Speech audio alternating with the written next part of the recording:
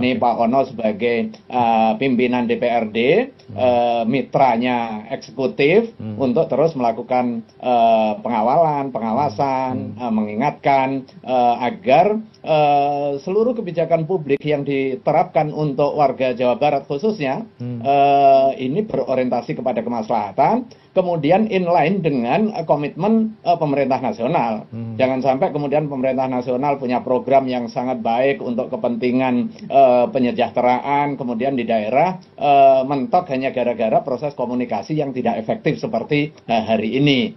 Nah, MUI tentu memiliki concern ya untuk memastikan seluruh kebijakan-kebijakan publik itu selaras atau setidaknya tidak bertentangan dengan prinsip-prinsip keagamaan. Terlebih di Jawa Barat, ini kan masyarakatnya sangat religius ya.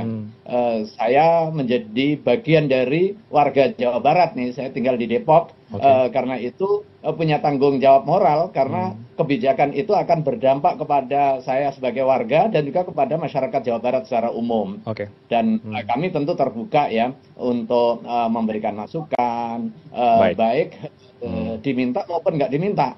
Pada saat isu ini dimunculkan, kami mengingatkan. Memang tugas kami kan mengingatkan dan sebatas itu. Nggak mungkin kami demo kemudian bikin mosi tidak percaya. Tetapi kalau toh seandainya kebijakan ini tidak berkesesuaian dengan prinsip syariah, maka harus dibenarkan, harus dikritik.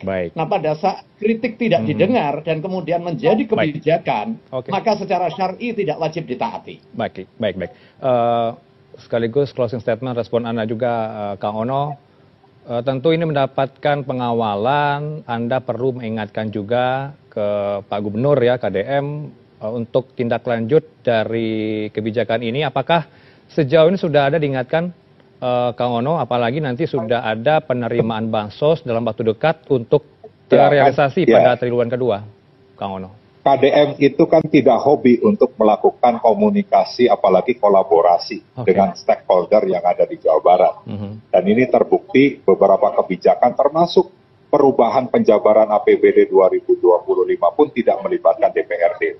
Terkait dengan siswa masuk barak militer juga tidak dibicarakan dengan DPRD. Termasuk terkait dengan rencana vasektomi ini.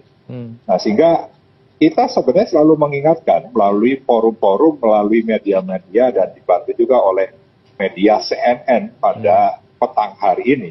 Tapi apalah kalau seorang gubernur tidak mendengarkan pendapat dari ulama, dari para ahli, akademisi, politisi, termasuk dari masyarakat. Ya, kita sudah diperhadapkan bahwa KDM ini seorang gubernur yang sebenarnya anti menerima masukan dari stakeholder, dari siapapun. Nah, makanya saya cuma bilang, silakan saja kalau berani. Tapi saya yakin dia tidak akan berani. Saya tidak akan berani, yakin. Dia tidak akan berani berhadapan dengan Pak Niam dan kawan-kawan di ulama, di MUI. Dia tidak akan berani berhadapan dengan teman-teman yang saat ini menjadi aktivis hak asasi manusia. Saya yakin tidak akan berani. Jadi saya yakin program ini tidak akan dijalankan. Mudah-mudahan